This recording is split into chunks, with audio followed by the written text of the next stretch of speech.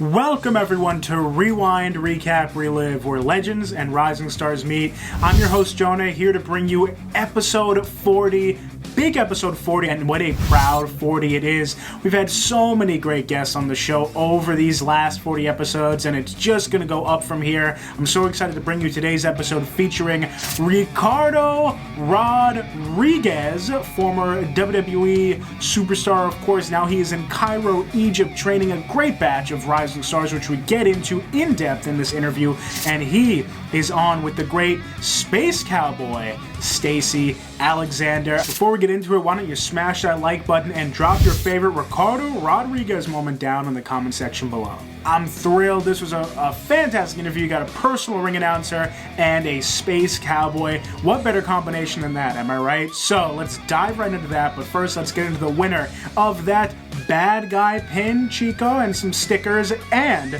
let's get into next week's giveaway and next week's big episode. If I had a whistle, I'd blow it. That is your hint. Let's get into it. It is time to spin that wheel. Let's see who won the bad guy pin.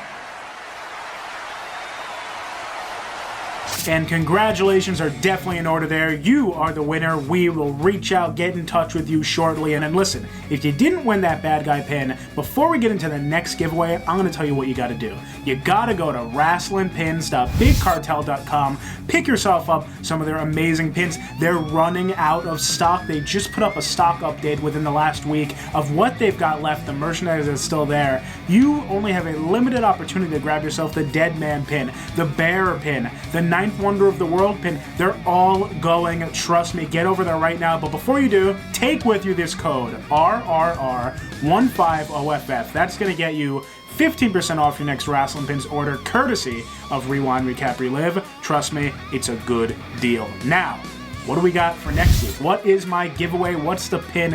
Where's the fire?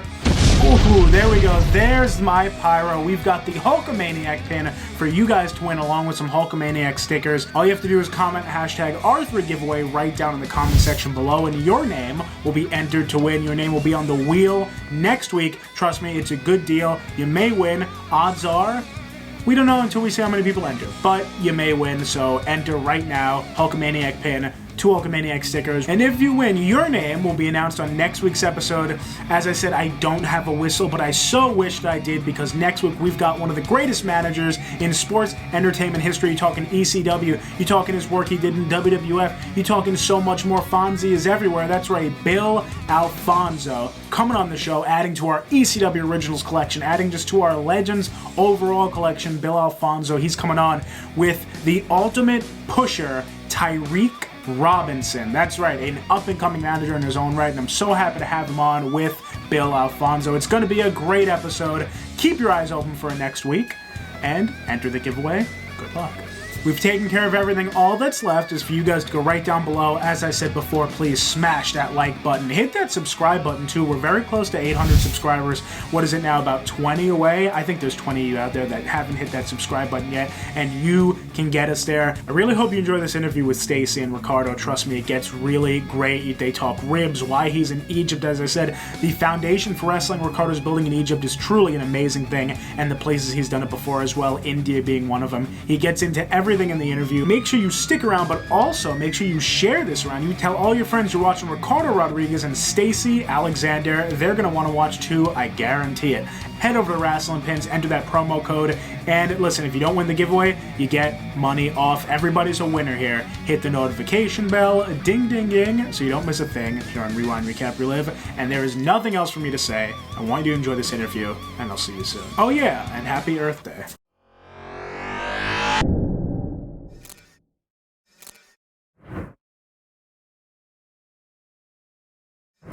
Our first guest has been making his name known in the industry for 2 years now. He's wrestled for promotions like FEW and Magic City Wrestling, just to name a few. Please welcome Space Cowboy, Stacee Alexander.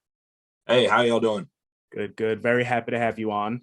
And our next guest is a true veteran in the business. He has wrestled and made his name known all around the world, including, of course, WWE.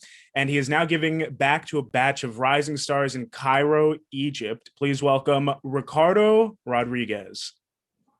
Hello, greetings. Although you know what though, since we're here, we got to make this special. So and you know what, you're already dressed up for the events. Let's make it a little bit. Let's give it a little bit of an off. Do it one more time, but with a little bit of of Ricardo in there. All right. There we go. Please welcome. No. You can just no. I'm just playing. I'm just playing along with this. Just go from there. Just go from there. I was gonna try to do my Ricardo, but that's fine. Well, yeah, it's awesome having you both here, and I like to start at the beginning for you both and just learn how you got into professional wrestling. So, can we start with you, Stacee? Can you take us down your journey of how you chose pro wrestling? Yep. So I actually fairly late in life compared to a lot of people became a wrestling fan. I don't think I really started watching until 2015, 2016. So I was 17 years old or so when I started watching. And then, you just get to the Googles. I went to this random training spot in lovely downtown Indianapolis, Indiana. Was right next to John's famous chili on Kentucky Avenue. And I spent a lot of money to learn to not do a whole lot of stuff. And then I bounced around the country for a little bit, kind of did the same thing in Kentucky, just paid a guy to have me run ropes for a few hours a day, which is nice. It's nice to get the basics down. And from there, I was very blessed to train at Storm Wrestling Academy. I was one of their last few classes. And then after that, I moved down to Orlando to train with Tyler Breeze and Sean Spears at Flatbacks. And after that point, I felt like I had a good foundation underneath me to start working people. Right. That is great. Now, Ricardo, can you take it over? Let's hear your journey of how you chose pro wrestling. I started back in 2006 officially. I used to do a little bit of a backyard wrestling. Don't condone it, but I did. But we had a ring. We had a boxing ring. It was a ring, hard as hell, stiff. But it was a ring, and we were trying to imitate what we would see on TV. And then from there, we also had we had shows monthly, and we used to go to PWG and Flyer for our shows. So people were actually go from PWG to our little rink-a-dink little backyard. Enough that where eventually I met a promoter there, and he came to one of our training sessions. And he liked what myself and this other guy were doing, and he eventually asked us if we wanted to be trained. So we went and we got trained. I had this. I learned lucha first. So I learned lucha libre for like the first year or so. Got my ass beat like for so many months, but it was damn worth it. And then eventually from there, my trainer gave me the go ahead to go and start training elsewhere. The beautiful thing about Los Angeles was that there was a training place like every other couple miles. There were so many schools. So like one day I would go to my trainer a Monday. Tuesdays I would go to a different place. Wednesdays I would go to a different place. Thursdays I used to go to a gymnastics place to learn tumbling for some stunt work and whatever that I used to do. And then Friday, Saturday, Sunday I was wrestling. Another thing, one of the beauties about LA was that there was a lucha show in every other corner. So we would jump from lucha show to lucha show to lucha show on the weekends. And that basically went on for like 2 years. And then eventually I just kind of like branched off and then did my own little thing around the indies. Did you grow up a fan, professional wrestling when you were a kid? No. It was well, when I was a little kid, yes. When I lived in Mexico, yes, we used to watch Lucha Libre in Mexico. But then when I moved back up to the US, we didn't have TV or none of that, so I didn't watch it. It wasn't until I was in maybe high school. Some of my classmates were into it, and at the time, I was like, well, that's kind of dumb, that's stupid. But then I started watching it more and more and more, and then after high school, what was it, like WrestleMania? No, it was during high school. WrestleMania 17. I went to his house and we saw the pay-per-view. And I saw the ladder match with the Hardys, Edge and Christian, and the Dudleys. And then it was a spot with Edge and Jeff Hardy, where Edge spears Jeff while Jeff was hanging from the titles. And then that's when I was like, I want to do this. And then we started backyard wrestling until I got trained. Stacee, same question for you. Did you grow up, was there anyone that inspired you to get into it? Did you grow up a fan? I know you said you started later in life. So growing up, I saw one episode of Raw ever. It was when Vince's limo exploded. So, a fine one to get into. I guess I was at my grandmother's, so my parents couldn't tell me not to watch it. And I had my dad the next day call a radio station because I told him that Vince McMahon died last night. Oh, wow. And so he just got, murdered on this radio station, basically, by the DJ calling him an idiot because it's like a sports talk radio. It's like, dude, are you a moron or something? Like, you're an adult man. Of course, he was not murdered in an elaborate car bomb incident, you fool. So that was really it. I had a Diesel action figure and a Ken Shamrock action figure and a Boogeyman action figure as a kid. But again, was just like, they're just three guys. They could have been superheroes. They could have been wrestlers. I have no idea. Right. I only know because I still have them. But it was really nothing at all. My first push into wrestling was the 2016 Royal Rumble, I think, was the first pay-per-view that I ever watched live. Okay. And I only watched it live after watching the entire 2015 one on replay because I thought it was the 2016. And it was like getting all excited, telling all my friends the next day that the wrong guy had won. So yeah, really nothing as a kid, but then retroactively, obviously, I've gone back as you should. And watched as much as I can. Well, I think a lot of people actually called in. I heard something like when they saw that limo bombing. So no shame on your father there. Yeah. But what are you going to do? Exactly. Yeah. Speaking of breaking into the business, Ricardo, right now we mentioned you're in Egypt training a bunch of rising stars. And I know that there's been some other stars down there with you at times, Chris Masters and Carlito, I believe. Is this part of a bigger ongoing project, training these stars down there? Or do you want to talk a bit about that? Why Egypt? Yeah, so I'm going to backtrack just a little bit more. Of course. A couple of years ago, 5 years ago, I went to India to the Great Kali School. Nice. So I was the one that built it up. I built the whole scene over there because of what we did over there with all the guys that the trainees and students and whatever. We created a indie scene in India that now exists. With that said as well, because of what we did there, before I left India, both WWE and Impact went to India to basically check out the territory.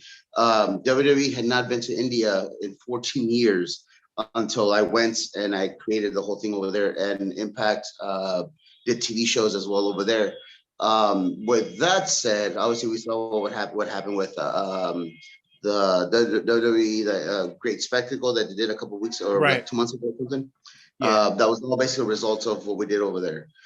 Wow. With that said, I got contacted back in November to basically come and do something similar. So we have a big thoughts of what we want to create here, and it starts with creating Egyptian wrestlers.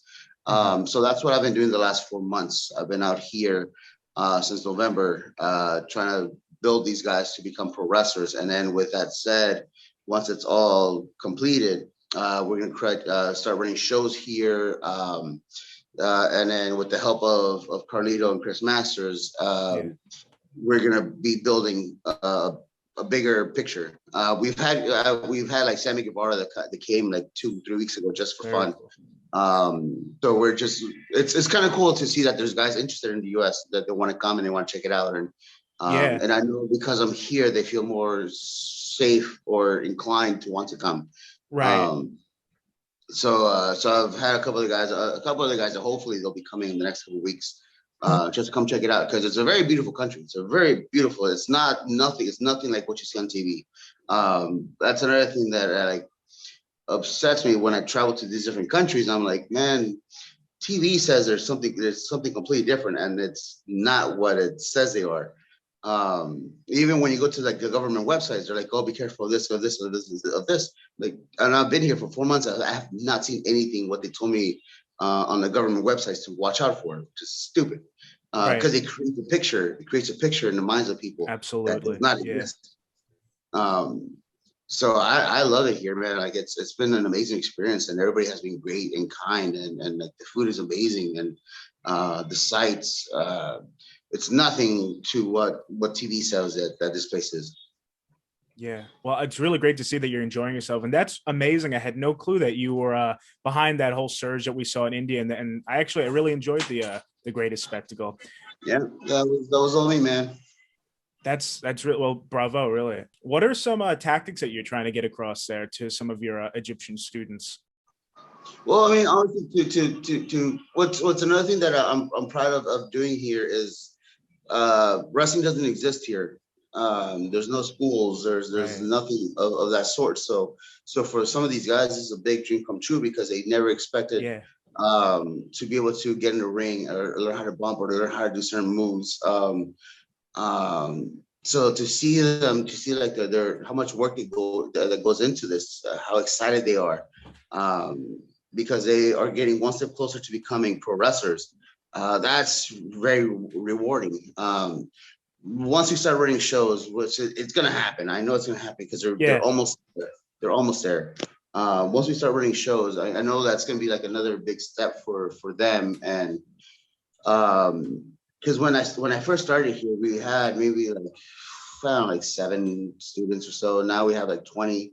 So I know it's only growing, and obviously right now because of Ramadan, like it's been a little tough, but these guys are getting so much better each and every single week. So once we start running shows locally, before we bring in the big guys from the US or Europe or even Japan, um, uh, it's just about building a dream. It's building a dream come true. It's making something to them that they never thought existed. Same with when I was in India. These guys never expected something like that to happen. And like I said, now there's an independent scene in India. So that's what I want to create here. That's what I'm shooting for. So there's that. Stacey, do you have any thoughts on that? Is that a place that you'd ever want to wrestle, or maybe is there other countries? Yeah, man. Say I got a passport. I'm on a show with Masters and Carlito May 1st. And cheap flights are cheap as hell right now. Yeah, hey, man, definitely. You ever need a 6'4" blonde guy for them to throw around? Vacation.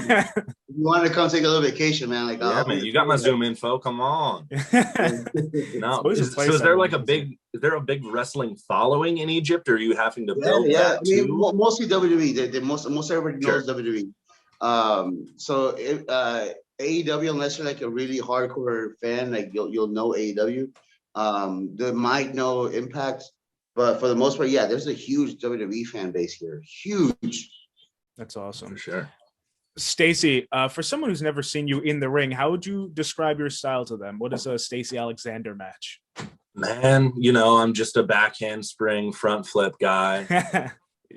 No, I'm pretty basic stuff. I'm a puncher, kicker. Right. I'll grab a headlock. Nothing too exciting. I got a torn meniscus, so I'm not too quick on the feet, but I'm quicker than a lot of 250-pound tall guys are. But yeah, right. I just try to have fun, try to get people into it. Of course, yeah.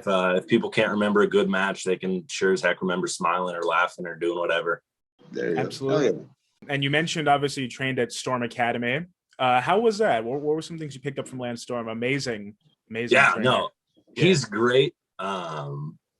He's chatty, and that was honestly the best part because it's like it's 5 days a week, a loose 3 hours a day. Sometimes it's 2.5, sometimes it's 4.5.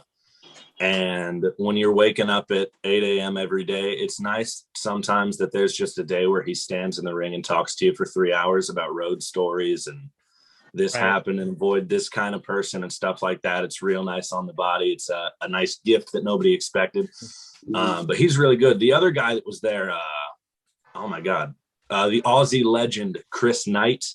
He, Lance was getting up there in age and not taking all the bumps. So Nighter was there a bunch. And the biggest shout out in the world for taking body slams from a bunch of kids that didn't know how to do a body slam. But he was crazy helpful too. And he had more of an indie mind to him. He'd been up in Calgary for years and years. So it was like this is what an indie locker room is versus where you're trying to be. But it was great. I mean, he taught us everything we needed to know in the 3 months. And then like he would always say, go work crappy shows, but don't stop training. is that get out there in front of people. You're never going to learn if you're not on shows. So you got to go stink and then get back in the gym, train, and get better. I agree. I totally agree with that. And then you touch base on something that's super awesome. It's about the storytelling, telling, just going and talking and just telling all his like memories and stuff. One of the few things that I try to always remind myself is like, once we're all gone, man, because we're all gonna die one day. Is that the only thing that we ever really leave behind are just the memories. So like these stories are always awesome to hear from people. I can't tell you how many times I've been in the locker room with like some older wrestlers. And then I'll just sit there and I'll just listen to them talk. And it's so fascinating, the stories I can tell you about, like back, quote unquote, back in the day or whatever, or like when they were coming up and being on the road and ex-wrestler this and this, and then you're just sitting there fascinated listening to them. So that's always awesome, man. Yeah, it definitely is. Ricardo, so before WWE, you mentioned you worked on the independent scene and some backyard wrestling as Chimera, right? That was your first persona. So how was it crafting that first character for you? Because you took it, I believe, to FCW and then they changed it, right? Yeah, well, I was always a big fan of Greek mythology. A chimera is a Greek monster. I was also, still am, like a big metalhead. So Chimera is a band. That's kind of eventually first where I heard the name. Was a metal band, was Chimera, which I saw them live back in Los Angeles. And then I just kind of linked the two together and then I put them together. But yeah, so I did the independence for 4 years. And I was very thankful that because of where we were in Los Angeles, it was easy to move around and kind of gather footage and build a name a little bit. And then eventually I flew myself out to Europe. I contacted a promoter and then he's like, hey, if you want to come, you can come. I mean, we'll take care of all your accommodations here, but just fly yourself out. So sure enough, the first time I did, I flew myself out to Germany. It worked out and I broke even, thankfully. And then from there, I just kind of built a little bit of a name over there in Europe. And then I went back and forth a few times. When I got signed in 2010, it's like the first couple of times I was able to use the name of Chimera, but none of it was TV. And then eventually they changed it up. They took me, I went off the mask in FCW. I wrestled as Ricardo. And then they put me with the same gear up on WWE, but just with a different name because of copyrights or whatever.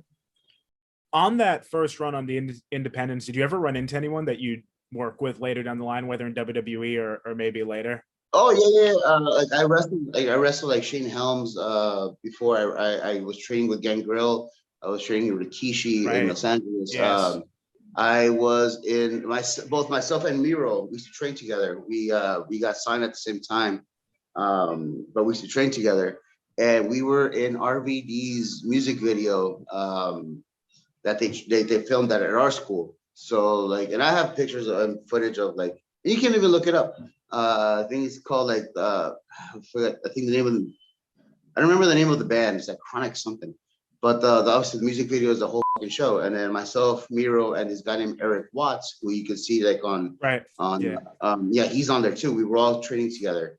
So we're all in the same music video. So that's up there on That's really cool.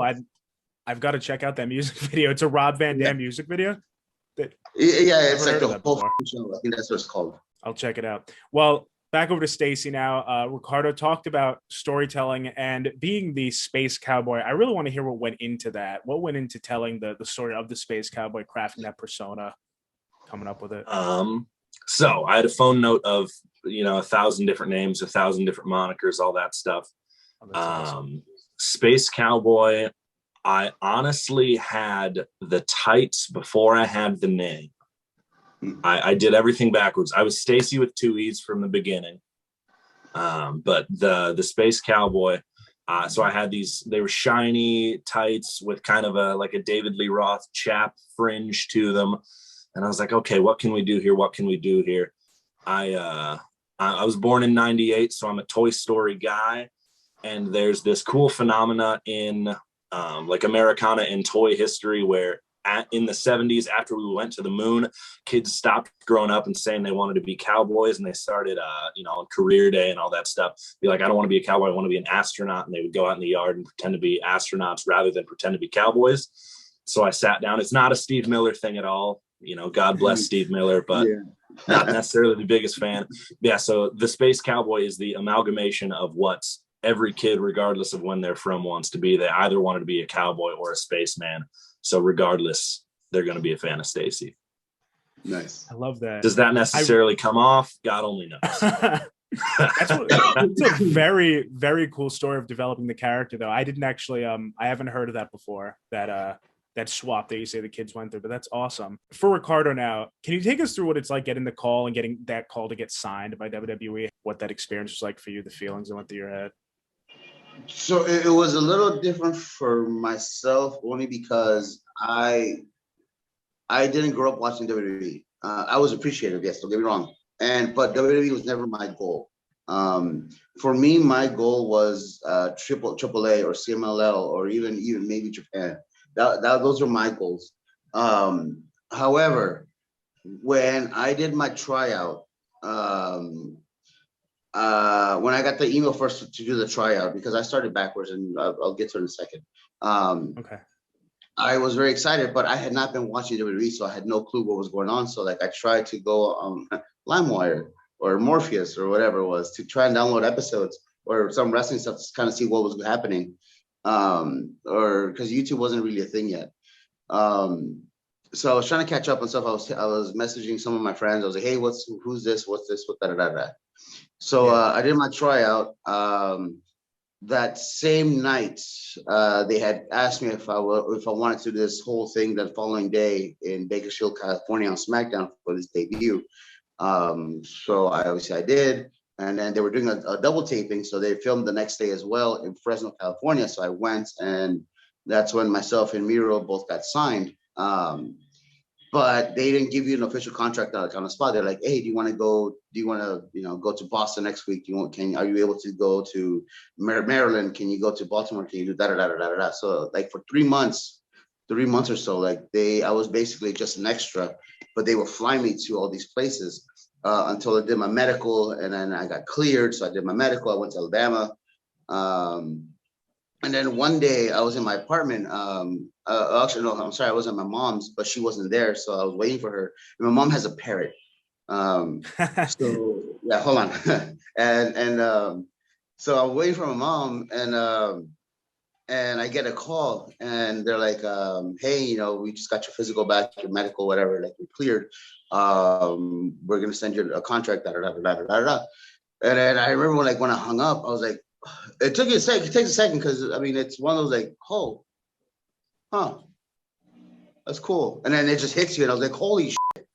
So I'm excited, but because I didn't have anybody near me. I'm talking to the parrot. So I'm yelling at the parrot, and the parrot, it doesn't mimic you word for word, but it tries to, so it makes noises. Mm-hmm. So I'm excited, and then he's the parrot's just yelling back at me. But the parrot sounds like he's screaming bloody murder. So basically, my first little bit of reaction was holy shit, this is happening. This is cool. This is awesome. I didn't know who to call, so I'm talking to the parrot. And my mom hated wrestling. My mom hated wrestling because I had been hurt so many times. I broke my leg. I had dislocated jaw, fingers broken, ribs, concussions, or not yet at the time. I've been knocked out. So my mom hated it, because my mom, she's my mom. So for so many years, she was always like, Mijo, it's just a hobby. Just leave it alone. Stick to your job. Which I was a graphic designer. I had a really good job. But eventually, I calmed down. I relaxed, and I called some of my friends, and I was like, hey, I got the call from WWE. It's official. So it was exciting. It was exciting, but it took me a second because for X reason, it just took me a second. I got the call, I hung up. I was like, yeah, all right, that's cool. And then that's a couple minutes later, I was like, holy I don't know if we're allowed to curse, sorry. Yeah, it's okay. It's okay. So you can bleep it. But yeah, my first interaction was with the parrot. is amazing. I love that. I love the passion, and I never thought I'd actually be able to relate to anyone on here with parrots. I actually have a parrot as well, and I understand with the screaming bloody murder. What type of parrot is it? Just out of curiosity. I don't know, man. It's a green parrot. It's a But green it's a parrot. parrot. Okay. It's not a little bird. It's a parrot. My parrot is a bit of a, yeah, I know. I have an African gray. He's a bit of an ass. But I know the feeling. Stacee, for you, I saw you nodding when he said that his mom didn't really approve of wrestling. How were your parents when you wanted to go into it? The first phone call is one of the worst phone calls I've ever had to make. It's I dropped out of college for this because it's, obviously Storm is 3 months. I was living in Nashville, going to college, and it's like I didn't have a big scholarship. I had a scholarship, and that's just one of those things. It's like, growing up, it's not where are you going to, it's not if you're going to college, it's where you're going to college. Right. And so I was in the parking garage of my school. Shout out Belmont University. I was in the parking garage of my school, just sitting in the front seat of my car, just like staring at the phone. It's like, we got to make this phone call eventually. So I just called both my parents. I was like, hey, and it's another thing, like I was not a fan growing up, so it's even harder of a sell. It's not like, I've loved this all my life and this, that, and the other things. Like, hey, I've loved this for like a year and a half. And so just like, hey, yeah. So I was thinking about, dropping out of college and trying to be a professional wrestler, which to people that aren't, not even like to fans think it's a made up job sometimes. Like you tell your parents you want to be a professional wrestler. That's like telling your parents you want to dive for sharks or something. It's like, I want to be Mickey Mouse. It's like, how do you do this? And it's like, yeah, I was thinking about dropping out and moving, not just states away, but to a different country for a few months and giving a bunch of money to a guy you've never heard of. And so it was a long conversation. It's a hard sell. Again, God bless both my parents. They're both supportive as can be now. They're at every show. My mom still ducks her head and all that, but it was certainly a building process of not necessarily their trust in my ability to do it, but their trust in anybody's ability to do it as if it were a real thing. Because it's just an industry that they had absolutely no exposure to since Bobby Heenan and Dick the Bruiser and on Indianapolis public access television. That's awesome. Amazing. Yeah. It is. I love that. Stacee, so specific to you, I know that you just worked a match, right, at the GCW Best of Class show, sponsored, of course, by yours truly. Absolutely. I appreciate it. I love to somehow be a part of that. And I watched the match and I really did love it. But what I want to know is how the overall experience of competing during WrestleMania week was for you. I know you've been in it for 2 years. So was that your first real Mania week experience? Yeah. So how was 100%. All that? It was super cool. So I have a buddy who has a clothing company too. So after that match, I was at the venue and I got to watch all the other shows, which is a blessing and a curse because the shows ended at 3 a.m. and my call time was 8 a.m. But it was super cool. Like I get to hang out, meet a lot. There were a lot of cool guys in the locker room that I just did back and say what's up and like, good match, all that stuff. Getting the Instagram handles, phone numbers, all that stuff. But no, it was super cool. And it was really early. Professor ran the thing. I think he said as near as he could tell that we were the first show Mania weekend because we were just so darn early on Friday. So I was, depending on who you asked, the second wrestling match to happen on all of Mania weekend, which is fun. Shame I couldn't be the first, but that just wasn't my job. And it was cool. The fans were there. They weren't necessarily loving it. They were a little bit sleepy like the rest of us. But it was super cool to be at the venue all day, hang out with all the other workers, and just anytime you can watch a wrestling show for free, it's beautiful. When you can watch a dozen for free, it was super good time. And then the next day we ran against Mania. We had a Saturday show, which, as foolish as that seems, it was super cool. It was in a private jet airplane hangar. There were a bunch of like retro cars. There was just a PJ sitting out on the tarmac. It was a charity show for narcotic clinics in Sanford, Florida. And Matt Morgan was in charge, so he was there. He worked Maine, and there were like 400 or 500 people there. They raised like $80,000 for clinics in Sanford, Florida. And so I'm all for charity and stuff, but I was like, man, nobody's going to be here. Any wrestling wrestling fan is going to be watching WrestleMania, but it wasn't wrestling fans. It was like there were senators and judges, sheriffs there who were not wrestling fans, but did have 3 hours worth of wine and cigars in them. So they were raring to go for the wrestling. Nice.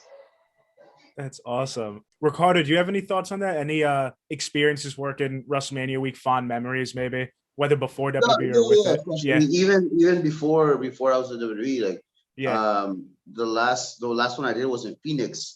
We worked WrestleMania week. I mean, I was very thankful that I had a friend who hooked. I mean, we did a couple shows, but my last two was with Dragon Gate USA. Horrible matches. The matches were total. But it was still a cool little experience. So like I've done the WrestleMania week, and it's a lot of fun, man. Like you said, you get to meet a lot of new people, and you network, you exchange information, and then you kind of build off of that. It's a cool little experience. And then I mean, obviously, once I was signed, you do access, and access the whole week, man. It's amazing.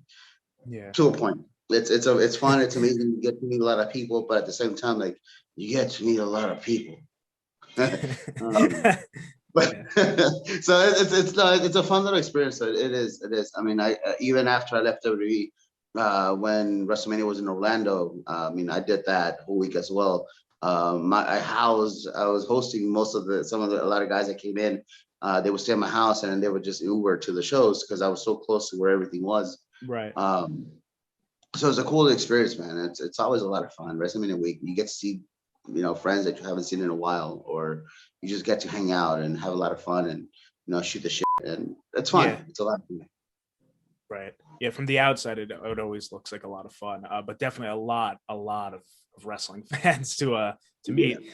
We actually had Ricardo Big Con on here, and he spoke about the early days of the Ascension with you and I believe Shaul Guerrero, right? And Bram. Yeah. So he was speaking about that, and he brought up kind of a funny story about how you guys formed it, and it was kind of vampire, but maybe Dusty Rhodes didn't think that you were vampire enough for that original Ascension. Do you recall anything about that, or maybe do you want to talk about the original Ascension, because I think it's a cool history that not a lot of fans know. Yeah, well, we used to do a promo class on Wednesdays, and Wednesdays is the day that we would fly in from SmackDown or being on the road. So we would come in, and depending on what time we would land, we would sometimes have to partake in this promo class. But most of the time, we would land in Florida so late that we would just have to go check in, and then off we go. Because I was still in developmental technically. I mean, I never went, but I was still technically developmental, so I had two contracts. So this one day we got there early, and then like I was like, I don't know what to do. I don't know what kind of promo to do, whatever. And one of my favorite movies was The Devil's Advocate. Like I love that movie. Like Pacino, man, is amazing. So there's this scene where he's talking to Keanu Reeves, and he's trying to convince him to come onto his side. So I was like, I'll just do that. I'll just do the exact same thing. So I did that, and then the first time around, and then I just kind of started building off of that, because to me that was easy, because I loved that movie so much. I had watched it so many times. Like it was easy for me just to cut that promo. As time went on, I started kind of recruiting a little group, and I'm such a hippie too, and I'm into conspiracy theory sometimes. Not to the Q side, right. Not that kind. Not that kind. But I'm into like all that subliminal stuff and all that shit. Yeah.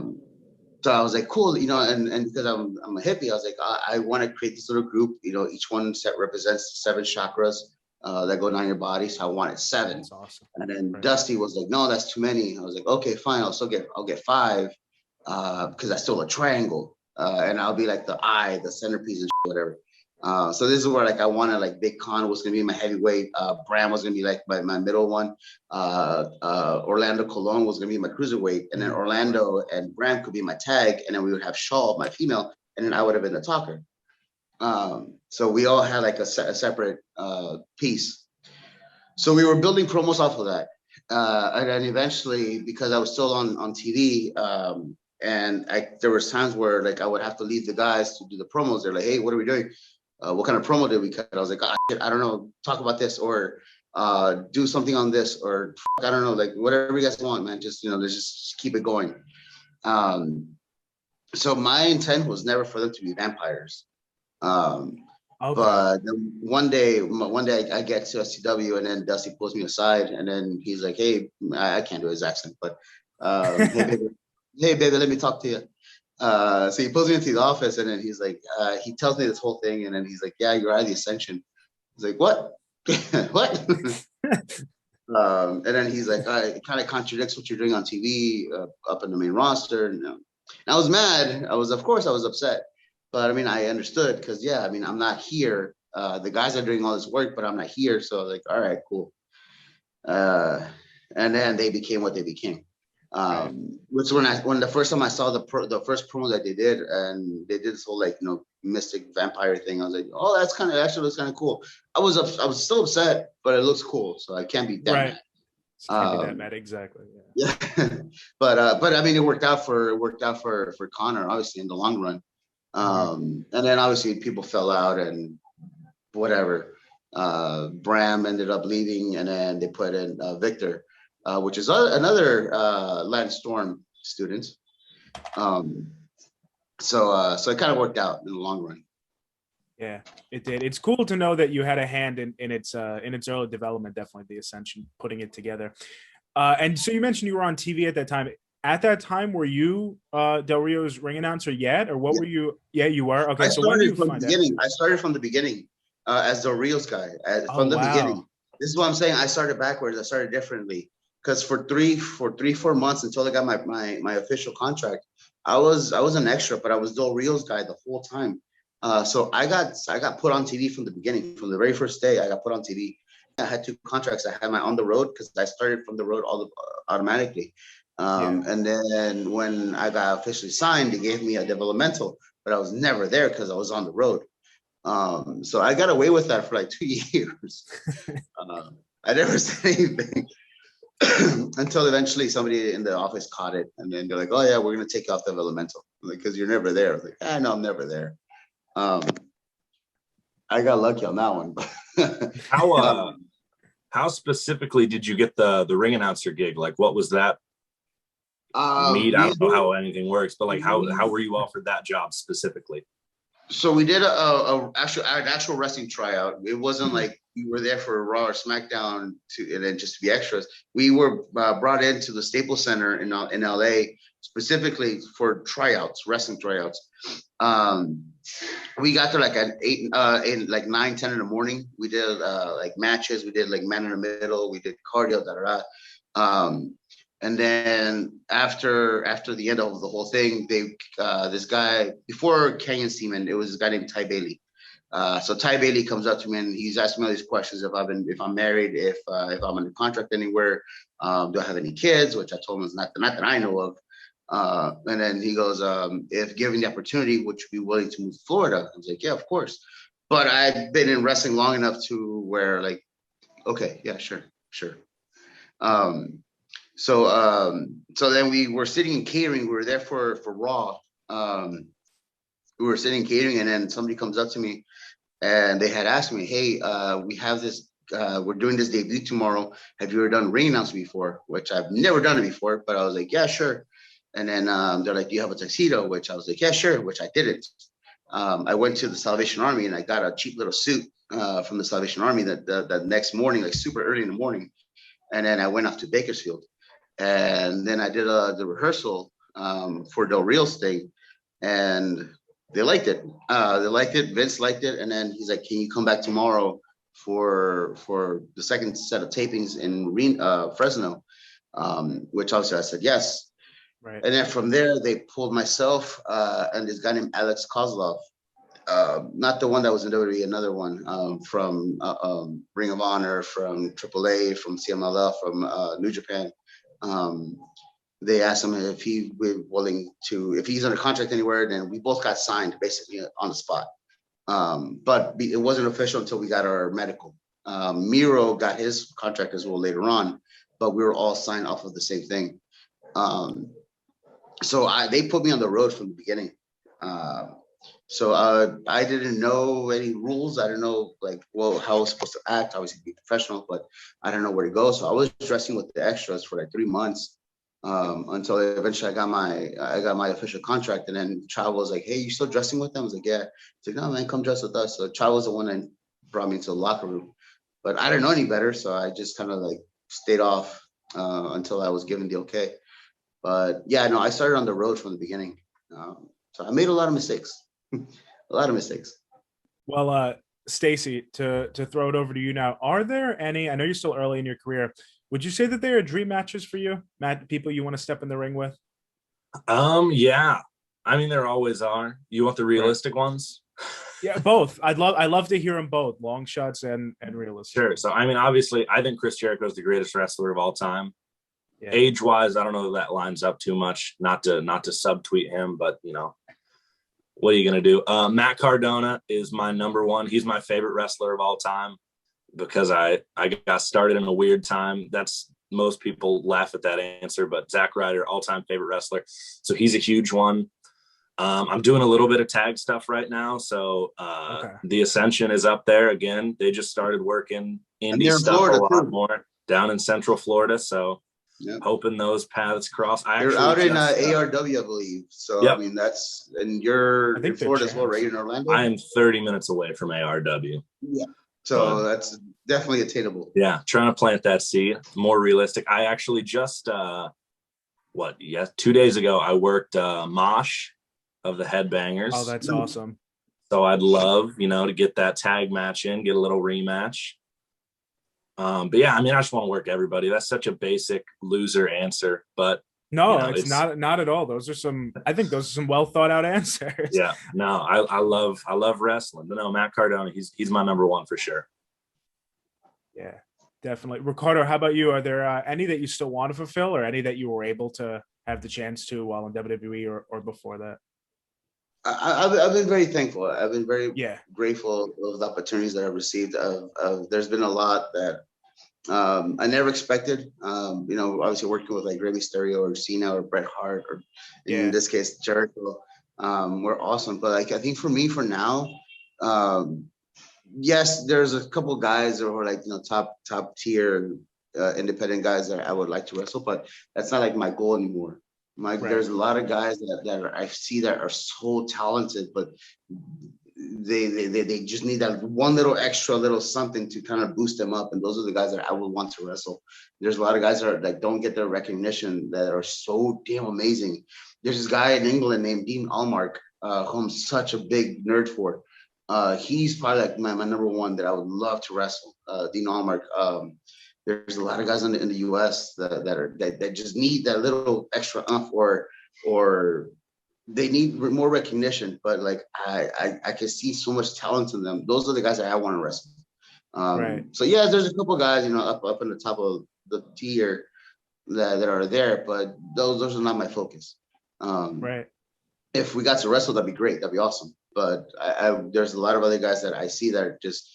They just need that little extra umph, and then they're gonna step up to the next level. Those are the guys that I want to wrestle. Dean Allmark pre-COVID had one of the greatest Instagrams on earth. He's a trainer. We used to trade off back and forth when I was in India. We used to trade off, like we would kind of play like this game of horse. He would post something and I would respond to it with something extra, and he would respond to it with something extra.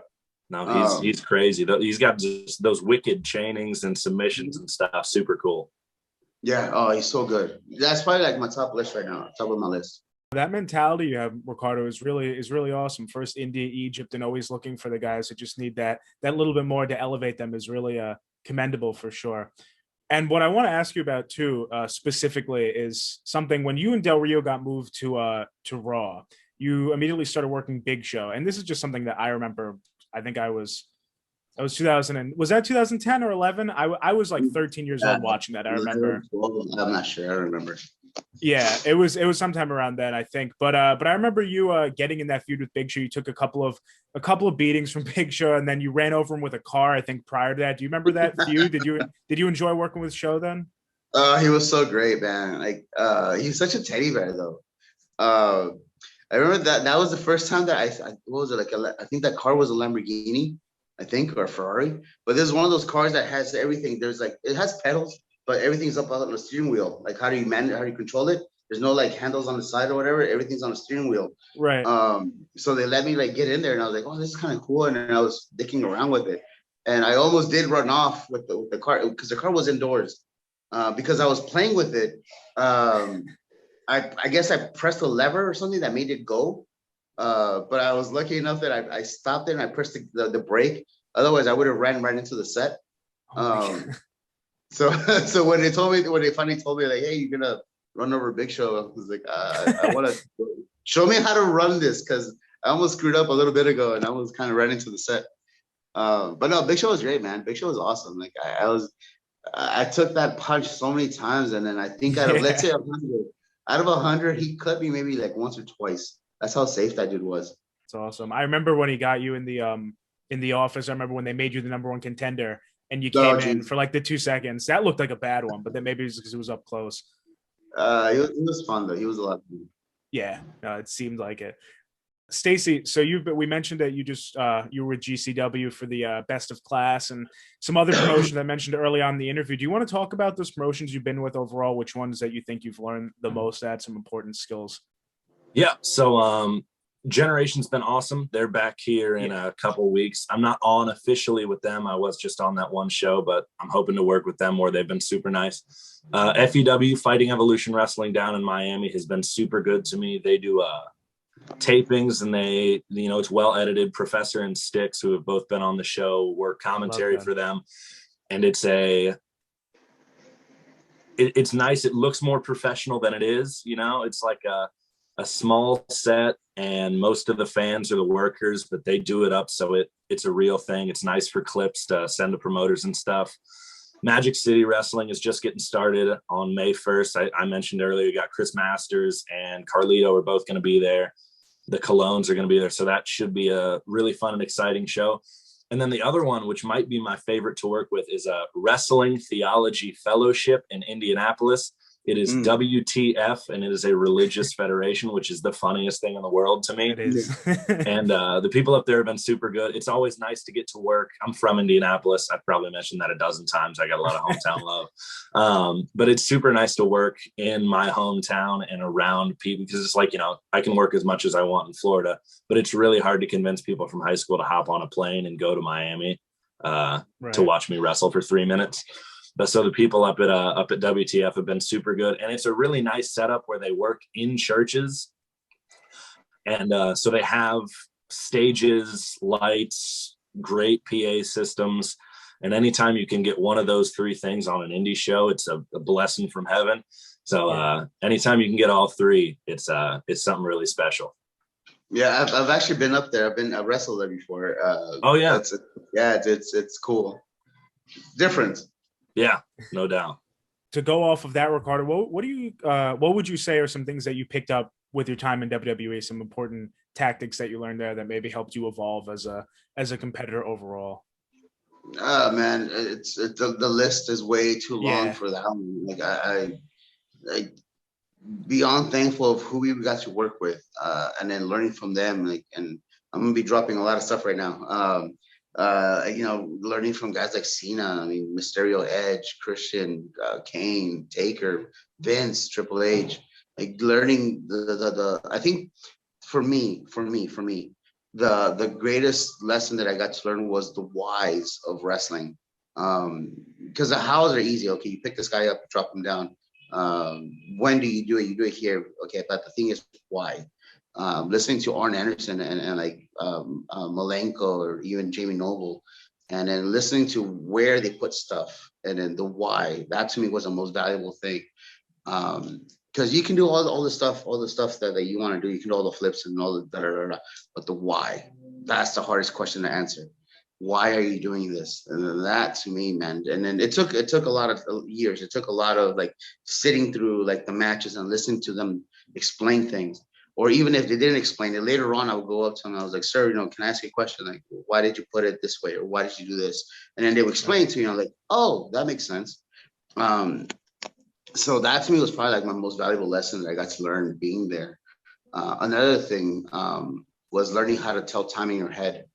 That took forever, but once you learn how to time stuff in your head, that's such an incredible little thing to have. So if you're ever working TV and they go, hey, you got 30 seconds before we go to break, you can time it in your head automatically.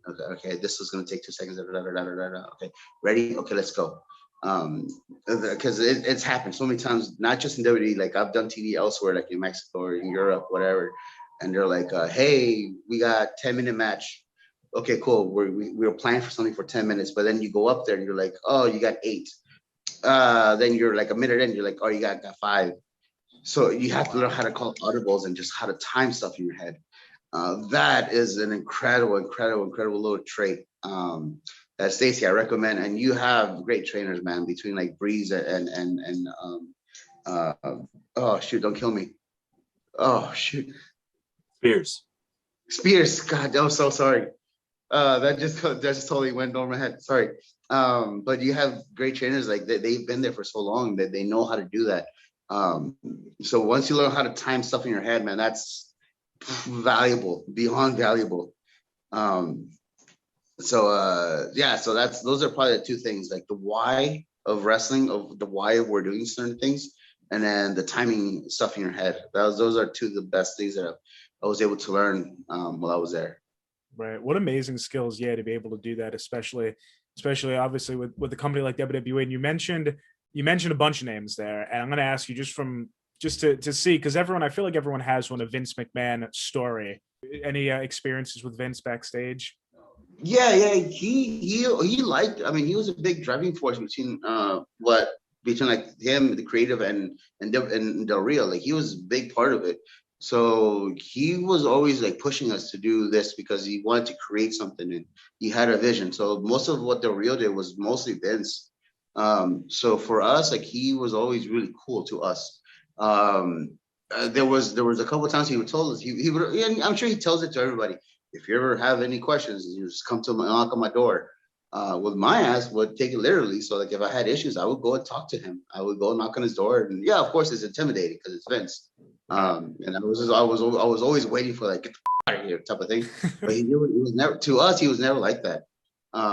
Many times we didn't get what we wanted, but he would listen, and then he would like, oh, okay, well maybe what if we did that? We would compromise. Yeah. So for us, he was a very great experience. I've seen the other side though, with other people. I've seen it.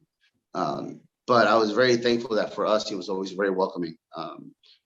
At least that was what we saw. I don't know what he did, like once we left the office. I'm sure maybe once we left the office, he's like, mother. But for us, he was always great. I have no complaints. No, that's great. That is great to hear. So Stacee, for you, I want to ask now, are there struggles that you're facing in your career at all? Any like biggest struggle that you've had to overcome or that you're currently overcoming that you see? You know, what's a struggle? Nothing huge. Nothing huge. Physical struggle. I got a torn meniscus. It's the worst. Both my knees hate me. But no, I mean, I'm very grateful again just for the trainers, like their names that people have heard of. So you shoot an email off to someone, generally they're going to give me at least a tryout match, which is again a blessing a lot of people don't have. Just like, hey, I'm trained by Lance Storm, Tyler Breeze. I'm safe. I have gear. I could afford gear. That's super, super grateful for that. But it's just, you know, getting that second match. Not that it's a hurdle that I have too much, but that's always the biggest hurdle. You can get a foot in the door, but to keep it there is always the biggest thing in wrestling that I've gotten to so far. Mm-hmm. And it's a lot of being liked in the locker room too. That's one thing I like to think I'm good at. So, you know, even if my match isn't the greatest on the show necessarily, hopefully the promoter likes me, the guys in the back like me, so they want to have me back in the future, which doesn't really answer the question, but hey, man. Well, that's even better. I mean, if you have more of an advantage, that is always good. And so before we wind it down, I wanted to get into something, you know, to lighten the mood, maybe after something like that is ribs, and see if either of you have ever experienced any. Ricardo, I'll go to you first. Have you ever experienced any in WWE? Any ribs I don't receiving it? Yes. Let me think of like some that are PG. Right. and nobody gets in trouble. Man, like, I know times are different. I know there's like a sensitivity thing that's happening now, and I get it. Um, Man, we used to be assholes to each other, but it was so much fun. I'm trying to think. All right, this is an easy one. This is an easy one. One day, like we were flying back to the U.S. from a tour in Mexico, and we were going to security. So like when you put all your stuff in the little bin to put it through the little scanner thingy, Yeah. I put all my stuff, and mind you, we had a really wild night the night prior, so we were not feeling our best, and so I put my stuff there. I walked through the gate. I'm sure I probably reeked of booze at the moment. A whole bunch of us did, because it's the last day of the tour, so like we all go like bananas Right. the last day. So anyways, so we go through. We get to the other side. I'm trying to pick up my stuff from the bin, and I see that my passport's not there. And in my head, I'm like, did I leave my passport in the hotel? In my head, I'm playing all these scenarios, but obviously stupid. Like if I couldn't have checked in if I didn't have my passport. Right. So like I'm going through all the scenarios in my head, and in my head, I'm playing. These fuckers took my passport here at the airport. So like I'm like in my head like freaking out, and then we get to the plane, and I'm like, screw it, whatever. I'm already passed. I'm already through. If whatever they detain me in the U.S. because I don't have my passport, at least I made it to the U.S. So whatever. So in my head, I'm freaking out. I'm like sweating like crazy, and then I'm sitting there, and like people notice that I'm freaking out, and then Cody passes by me, and he slips me a note, and then I open it up, and he says, "Don't sell it. Big Show has it." And then he goes and he sits down. And I'm like, "Oh, that's cool." And then I eventually fell asleep on the plane, but yeah, that's the only safe one that I can say at the moment. No, that's fine. Did he have it in the end? He did have it. Big Show gave it to me later on. Once we landed, That's he gave nice. it to me. That's nice. That is funny. Stacey, how about yourself? Any least elaborate thing in the world. So anytime we're driving, again, Florida's not a huge state, but Miami's 4 hours. Mm-hmm. We work in Georgia occasionally, over in Tennessee, whatever. It's last guy in the gas station just gets left, which is not elaborate and not that funny the first time, but like the 5th gas station stop gets to be a lot of fun. You got to leave a little bit in advance so you can drive back to the gas station for the guys. But no, that's the only one. It's always nice with new people if they happen to be the last one at the gas station, because you just park across the street and watch them come out and be confused, like, did they really forget me? Stuff like that. And then if you fall asleep in the front seat, you get a swift jerk and everybody screams as loud as they can, so you think you're dying. Yeah, we've done that a few times. Yeah, works every time. Simple always gets it done. Yeah. So I'll ask you now, Stacey, last question for you. You've been great. I'd love to know any goals you have in your future for your career, long or short-term goals that you have set up for yourself. Yeah, I'm just trying to work. I have pretty much every weekend booked up for the next 2 months, which is nice. But that's I just want to work once every weekend going forward. That's nearest I can tell, really the only way to get better. You can have as many matches in an empty warehouse as you'd like, but if you're not in front of people trying to feed off of energy and cheering and learn time in that way, you're not getting as good as you could be. So that's really, I'm just trying to work anywhere that'll have me. I'd be happy to drive there. Got to get my brakes replaced, unfortunately. But once I do that, it's on.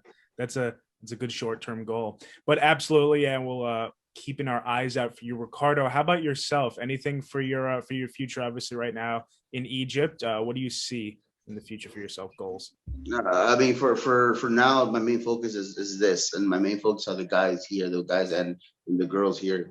I want to build something here. I want to create something that eventually both WWE and Impact and even AEW can kind of see and realize there's a big market over there. Also, Cairo is the central media center of all the Arabic nations.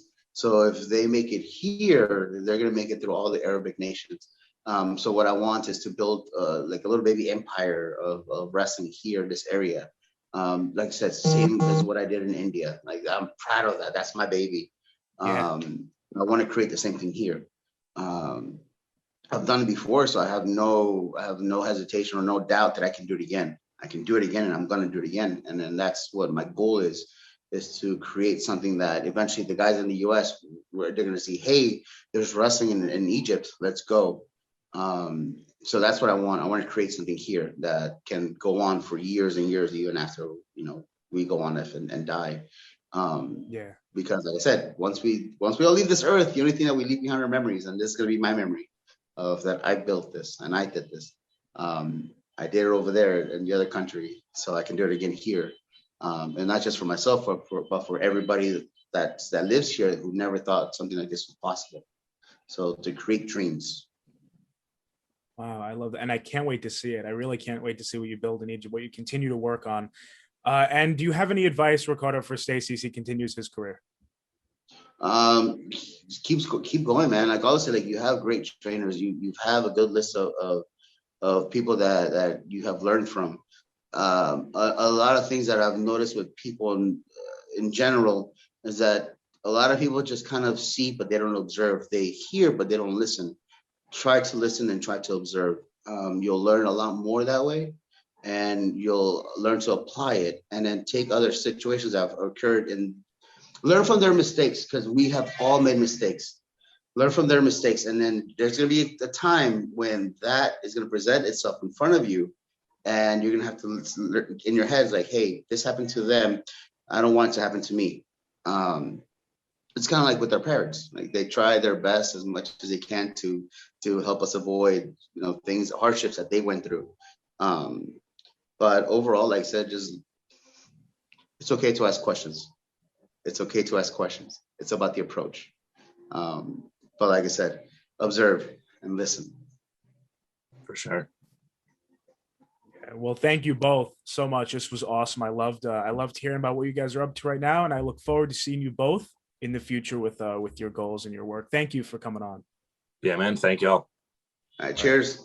What's going on, everybody? Jonah from Rewind, Recap, Relive. You just watched a bunch of me, which whatever video this is on, you've definitely at least watched a few minutes. So, I'm going to tell you right now, you know what I'm about to say, and you know that you have to do it. Head over to wrestlingpins.bigcartel.com right now. You're going to not regret it. You're going to pick up some pins. Whatever pins I got over there right now, they're the best in the business. Best merchandise out there. Go pick up some pins.